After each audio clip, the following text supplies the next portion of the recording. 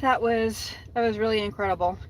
So I've got the camera focused. I don't know if you can see. We have the stadium, people leaving the stadium in the foreground, and that's still taking some time getting all these people out of here. But then we've also got in the background, let me see if I can zoom in a little bit. So back there, where you see some trucks going and you got some flags going, those are all the people that have left, and that has been going on now for the last hour. They have been streaming out. It has been an hour since they have started leaving the parking lot here in Adelanto, and that is the entrance. Then on the other side there, they are heading to 15, going up to Barstow, and they are going to be ending tonight. They're going to be hosted by a restaurant called America's Pizza and Subs, and they are going to be it sounds like donating the dinner for the convoy tonight, and that is just fantastic. The number of people who donated water and supplies. There are a couple of empty trucks, and people were filling them up. They've got plenty of water, tons of wipes and food. Don't know all what was in there, but I did talk to one of the gentlemen that was bringing the food in there into the trucks. See a lot of campers out there. Just so encouraging. And I know that I saw some people posting that all these people should just stay home, that they should just show their displeasure by not stocking the shelves, by not carrying loads. But that doesn't have nearly the same effect on the morale. Right now we've been demoralized over this past year and a half. It's just so much that's been going on, so much that it looks like we've been on the losing end of.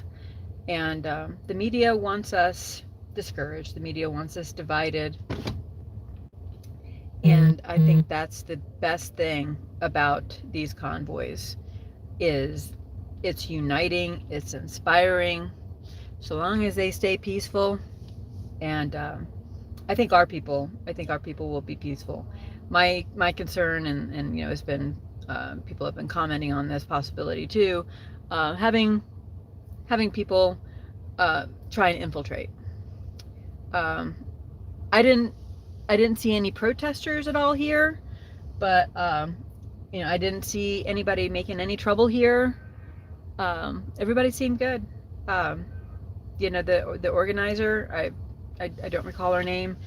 She emphasized several times about being peaceful, about picking up all the trash. The owner of the stadium opened it up to us at no charge, and she said, it was like zero notice, because just a few days before they had announced the start place was going to be in Barstow. And I don't know if they didn't have a very good place for everybody to meet, but this was perfect. To be able to be at a stadium like this, plenty of parking, and not just the paved parking, but we've got a lot of surrounding dirt. There's a gas station nearby. It looks like it's large enough for the truckers too. You have 8 new text messages. There's a burger place that people could eat. But we had some entrepreneurs here too. We had several different vendors that were selling flags and signs, and there's also a little bit a roach coach selling some food, and people playing music. Just a feel good thing. I do have a rather atrocious flag in front of me, but you know what? It is freedom of speech.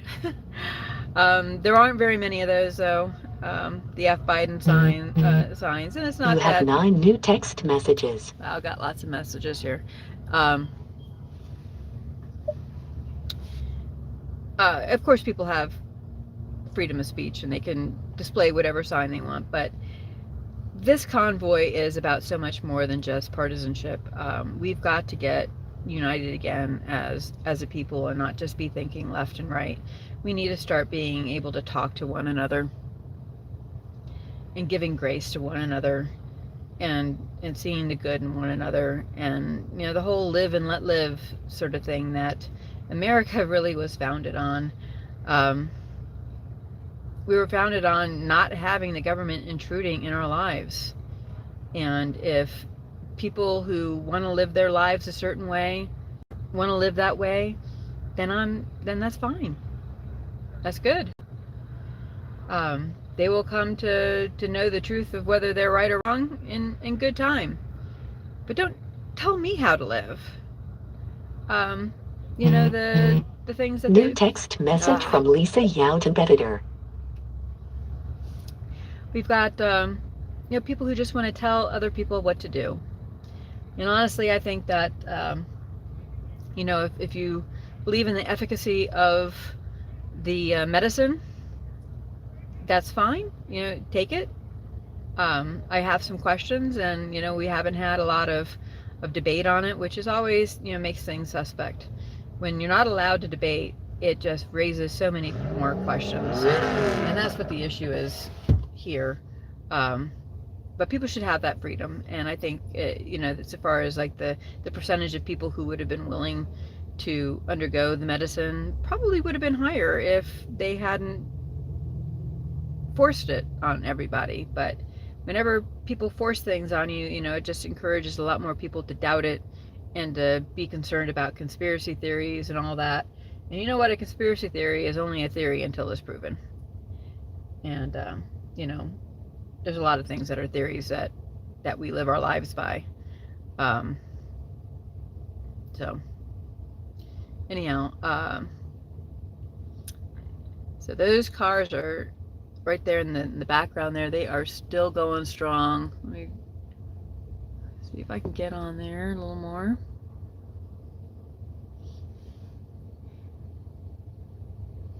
So I don't know if every single one of those people are ours, but we've got this stadium just held so many people, and people right directly in front of me have not left. They haven't moved in a few minutes. It's just a lot of people. Of course, I don't know how many of them were just here for the kickoff versus are going to stay the whole way. Like, unfortunately, I'm not able to go the whole way. But that just gets back to, the importance of prepping and being independent. When you have your house completely in order, you've just got so much more freedom. And that's really what we need right now. We need people to be not in debt. We need people to have a full pantry, so they can withstand things like supply shortages. They can withstand things like the truckers going out on these convoys and not restocking shelves for a few weeks. Wow, the cars are just keep on going. I'm so glad I got here so early, because otherwise we'd have had to park very far away. But thankfully I was close enough in here that I was able to come into the truck every now and then and get warmed up. It is still only 33 degrees. Whoever was the weather reporter for Adelanto needs to be fired. Looked at it last night and there was no symbol of wind, and it said it should be 40 degrees by 9 a.m. So I'm like, great. This is Southern California, mind you. This is unseasonably cool, even for February. So I did bring a jacket. I did bring thermals that I had under my pants. But I did not bring a stocking cap for my head, and I did not bring gloves. I was able to find a mismatched set of gloves that just happened to be in the car. I don't even know where they went. One was purple and one was tan, so I'm sure I looked real professional out there talking to people and kicking off this convoy. But everybody's just so great. One of the first interviews I did was with a a guy flying a rainbow LGBT flag with a "Don't Tread on Me," and he was great. You got to see that video. I don't have to agree with his lifestyle, but on the things that we can agree on, we need to collaborate on, and we need to support each other. On the things that we don't agree on, well, he can live his life and I can live mine. That's the beauty of true conservatism, where you just let people go their own way. God doesn't force himself on anyone, and sometimes that makes for a rocky road for us, based on our decisions. But we have to own them.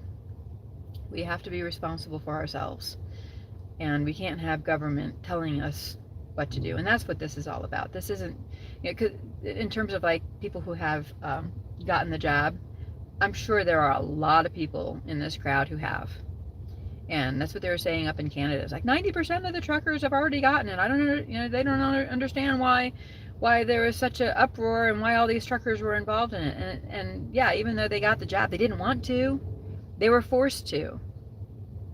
There might be people who did want to, and that's their right. But they also understand that people shouldn't be forced to, that they should be able to make their own decision. That a 15-year-old is not the same as an 85-year-old. The risks are different. But this is just so inspiring. I got to meet in person with Dave and Callie, who's also part of This Way Network. That was really great. And I just saw the comment from Lisa on there interrupting my live stream with her text messages. I appreciate it. Now I've got my daughter calling. I'll have to call her back. I also got to meet the Economic Ninja. He's been an inspiration to me for many months that I've been aware of his channel. And hopefully we'll be able to get together and have some collaboration. But vehicles are moving. Got some more flags going through. But man, this is just so remarkable. And I know I don't have too much to add here on this live stream, and for those of you that are following along, I really appreciate it. But I just think it's important. I don't know how much media attention we're going to get. When the speakers were speaking, there was a helicopter flying around. Had to be media. It had a great big number 5 on it. So I think it's KLA number 5 out of Los Angeles. I think I've seen their stuff on Facebook before, so I'm going to have to take a look and see what that crowd looked like from above, because this place was just huge, and there were just so many more vehicles and people than I thought there were going to be here. And remember, this is just the beginning. This is the very first convoy. This is the very first stop, and this is how many people we've got involved in this. And again, even if not all these people follow the convoy the whole way, just being here and showing support is just so important. And people will be coming and going throughout. I'm sure that there aren't going to be 100, all these people are probably not going to make it all the way to the end for whatever personal financial constraints that they may have. And that's okay. No judgment as to how much you can do. I can't even go. So but just being here, sharing it. If you can't be a part of it, then share it. Share this video, share other videos. If you can find that KLA Channel 5 video, hopefully they'll post the aerial shots of how big this crowd was. Share that video. But I do really appreciate you watching here, because I'm not monetized yet. Last I looked, I'm up to 3,500 hours of watch time, and you need to get at least 4,000. So this may help me get over the top. I don't know. It's not about that, but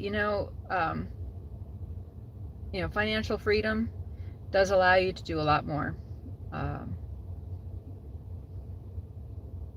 So everybody just try and get your house in order. Don't be beholden to others. Don't be beholden to the lenders. Um, Dave Ramsey's always about zero debt, and didn't always make the best financial decisions throughout my life. So trying to get that all sorted out now. But for those that have that financial freedom and that willpower to make sure that you keep your financial house in order, you'll be so much better for it. You'll be able to participate in things like this. You can just drop everything and go, and that's great.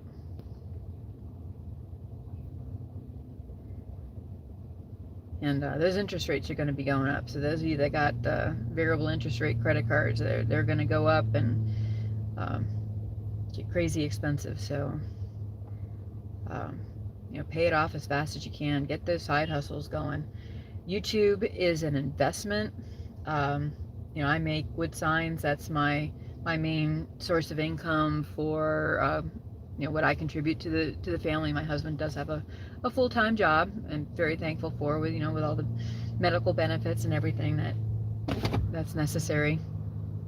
But I'm doing the YouTube thing here because I really want to have another stream of income. This is my side hustle right now, and so far I've been working at it since July, and it's a labor of love, but I do hope eventually it will reap some rewards as well. And but it's not just going to be this channel. I do have a couple other channels that I want to get more people on. I got Sweet Home California Praise, and I've also got Crafted Carvings that I don't have very many subscribers on there yet. You have to have, in order to be monetized on YouTube, you have to have 1,000 subscribers and 4,000 watch hours. And I think right now I'm at like 57 on Crafted Carvings and 31 on Sweet Home California Praise. But with all the politics stuff going on, I haven't had much time to dedicate to them. So I'm trying to go ahead and get this monetized, get this going, and then I'll do some focus on some of the other channels too. Because believe me, life is not all about politics. But if you've got a government that wants to take away all your rights and tax you to oblivion, then that kind of rises to the top as to the things you need to take care of now. Because if you don't have that sorted out, and we become a communist state, and you have a monopolistic companies that can just shut you off at their whim, then you got to take care of that first. So that's what we're doing here. Vehicles are moving along. It is slow.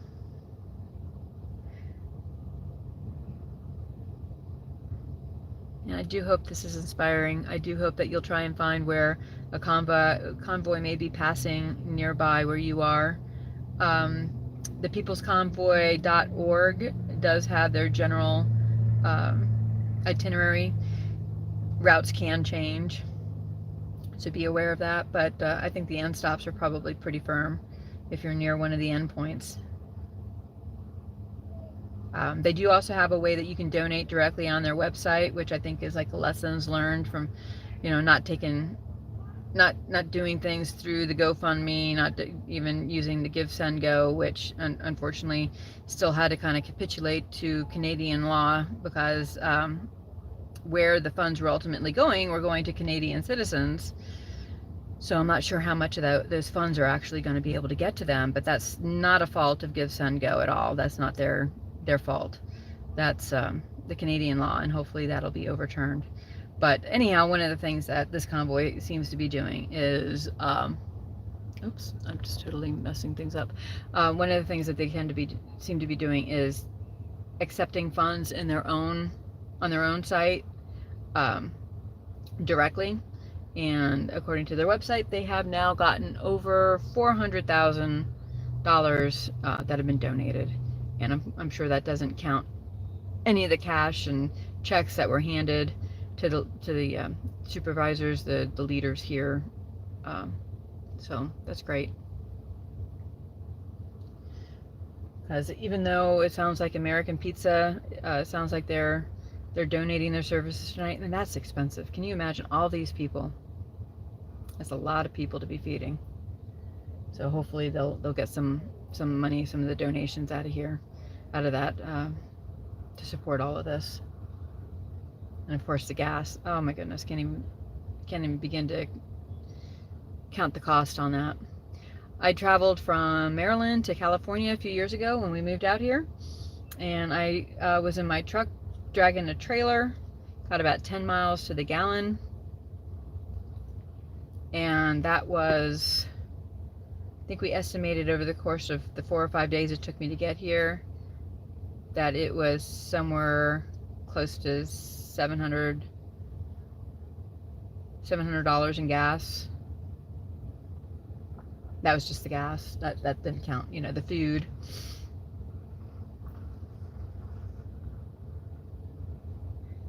There was one gentleman that I spoke with that drove all the way from Oregon. Unfortunately, he didn't want to be interviewed, but he drove from Oregon to be a part of this convoy. But he didn't. He is a trucker, but he decided not to take his big rig truck because he said the gas would just be too outrageous. So he was driving an SUV, which lots of liberals would like to do away with the SUV because they think it takes too much gas. But oh, I see 5 Live as part of the convoy up there. I hope they are going to be staying with them. Do you see it?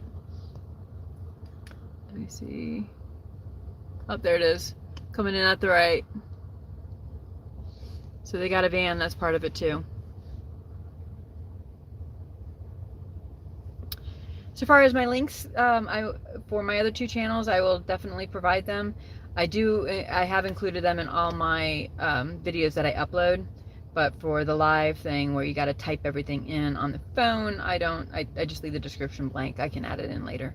But if you check out one of my other videos that were done from my desk rather than live out in the field, you'll be able to see the links there. Thank you so much for commenting.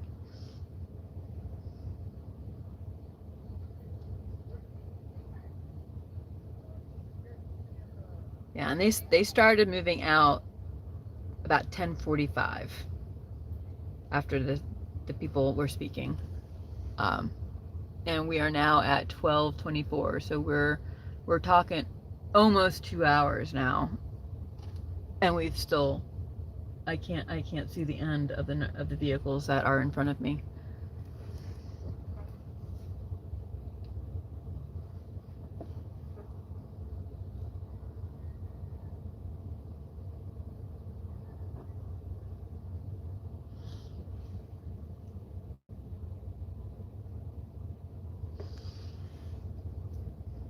One thing I heard, I don't know if you saw my interview with the economic ninja.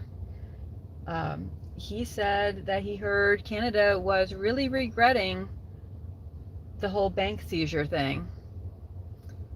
Hope that really bites them. Basically what they did to the Canadian truckers was is unconscionable. That we've got a 4th Amendment here where you're not supposed to have unreasonable. You can't have seizure of your assets and your belongings without due process. Apparently Canada doesn't have that, but that's also probably because they don't have a 2nd Amendment either. For that matter, they don't even have a 1st Amendment. They've got something called a Charter of Rights, which I should look more into, but things don't work the same there as they do here. And somehow they allowed their prime minister to be granted the ability to allow banks, just on suspicion that you may be associated with the peaceful truck convoy, to seize your bank accounts, cancel your credit cards. So you are going to leave well-meaning, peaceful individuals, perhaps thousands of miles away from home, that you may have already impounded their vehicle, and and that's how you're gonna leave them, with the threat of prosecution to boot. And just leaving peacefully isn't even enough, because the Ottawa police chief said, this is just the beginning, and we are going to track everybody down, and we will continue to do these seizures, and we will continue to prosecute months into the future. So just even leaving wasn't good enough for them. So what incentive do these people have to go home and to quit? And I think that's where they realized their mistake was. They gave absolutely no grace. Not to say that they necessarily would have stopped, because, I mean, Canada has shown its true colors there. You know, got the global initiative here, the one world government. This really shows the dangers of social credit scores, that if somebody doesn't like your politics, that they can cancel you, not just off of Twitter, not just off of Facebook, where, oh darn, you know, I can't participate on Twitter, but to tell somebody because you don't like their politics, that you donated, that you didn't even participate, but you donated to an organization that is no longer in favor of the powers that be, that they can cancel your finances, that they can have you lose your job.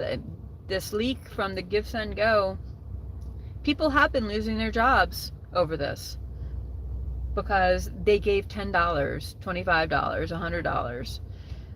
That happened here in America too, so this isn't just a Canadian thing. But when Kyle Rittenhouse GoFundMe was also hacked, and their donors were made public, and there were some people who were fired over it. And, most notably, there was a police officer out of Virginia that was fired. He's now suing, and the fact that Kyle was exonerated certainly lends credence to his case. But you know what? He should have been able to sue even if Kyle was found guilty, because everybody has the right to self-defense. And even though you might say, oh, well, you can get a free public defender, well, I'm sorry, but the quality of your lawyer is probably not going to be good enough for that kind of a trial. And so good defense costs money. And if you truly believe that people deserve a defense, then you got to pay for it. But people shouldn't be fired over it. People shouldn't have their finances taken because of it.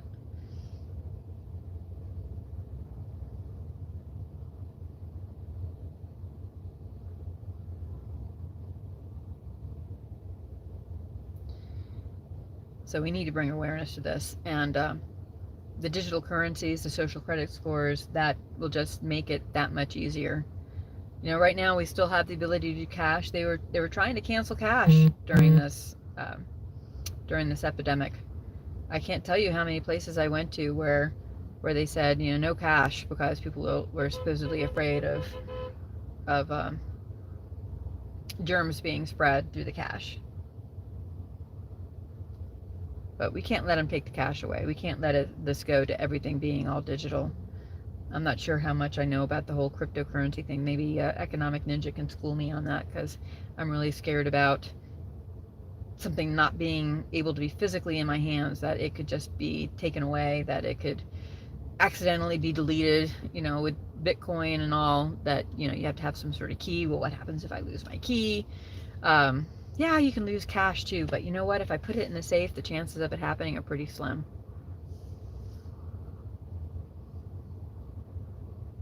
Still hear the horns honking. I don't know if you can hear it on the video.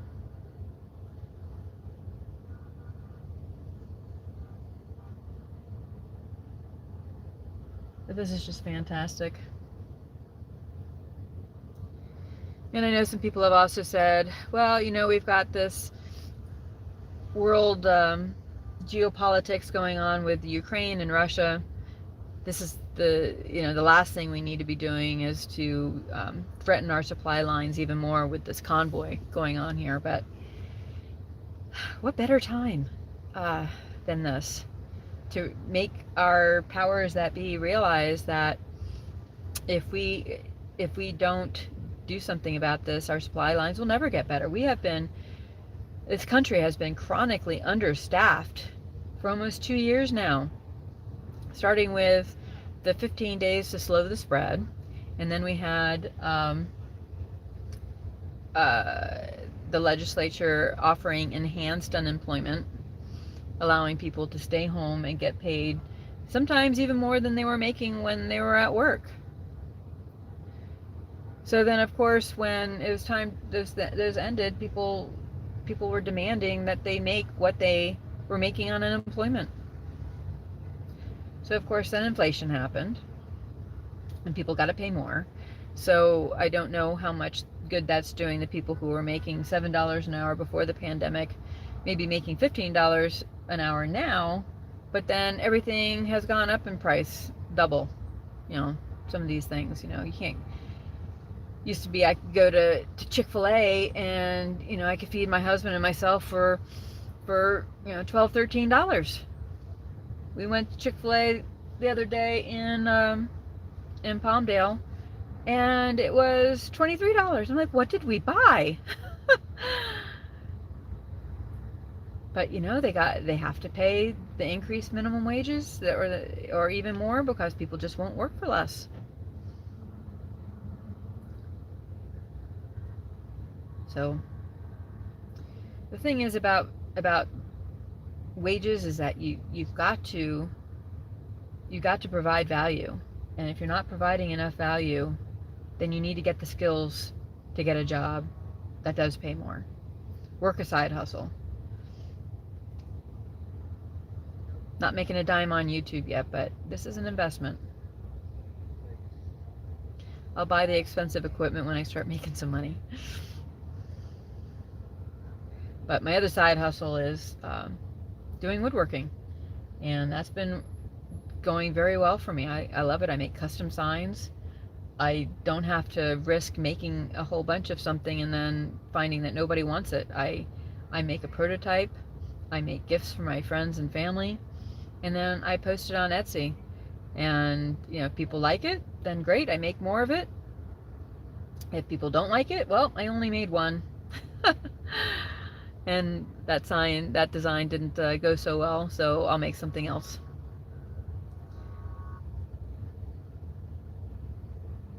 It is starting to snow here. I don't know if you can see it in the video. It's still holding at 33 degrees. It is nowhere close to 40.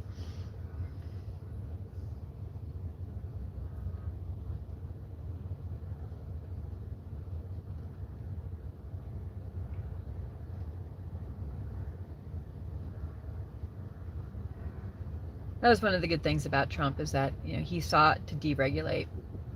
Part of the problem with people doing side hustles nowadays is that it's just so tough to get started. There are so many laws and regulations and tax implications that it takes quite a bit of time for people to figure out what they're doing. It's been said that the average American commits like 3 felonies before dinner. It's because we have all these regulations, we have all these laws that nobody even really knows about, and it just makes no sense. I mean, things that make sense are like the 10 Commandments. You don't want to commit murder, you don't want to steal from somebody, you don't want to bear false witness against somebody. But, hey, selling something to your neighbor and making a little bit more than what you paid for it, and failing to report that can get you fines, that can get you jail time. So while I do recommend everybody, get a side hustle and improve their lot in life, make sure you spend some time on learning what the rules are too. And I'm certainly not an expert in any of that, but I do have an accountant that helps me out. I think we have come to the end. This has been just great. So the number of vehicles in front of me now, they have gone. And I think I am going to go ahead and say goodbye. Let me see if I can switch this around. So I'm going to say goodbye. I'm going to head back to Rosamond, and I will see you all later. Please keep everybody in your prayers that are on this journey.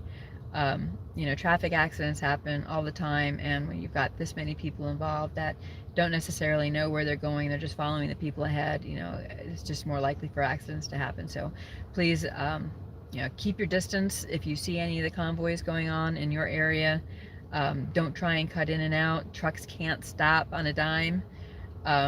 Cars that are just trying to make sure they don't miss a turn may be a little distracted. So give everybody a wide berth.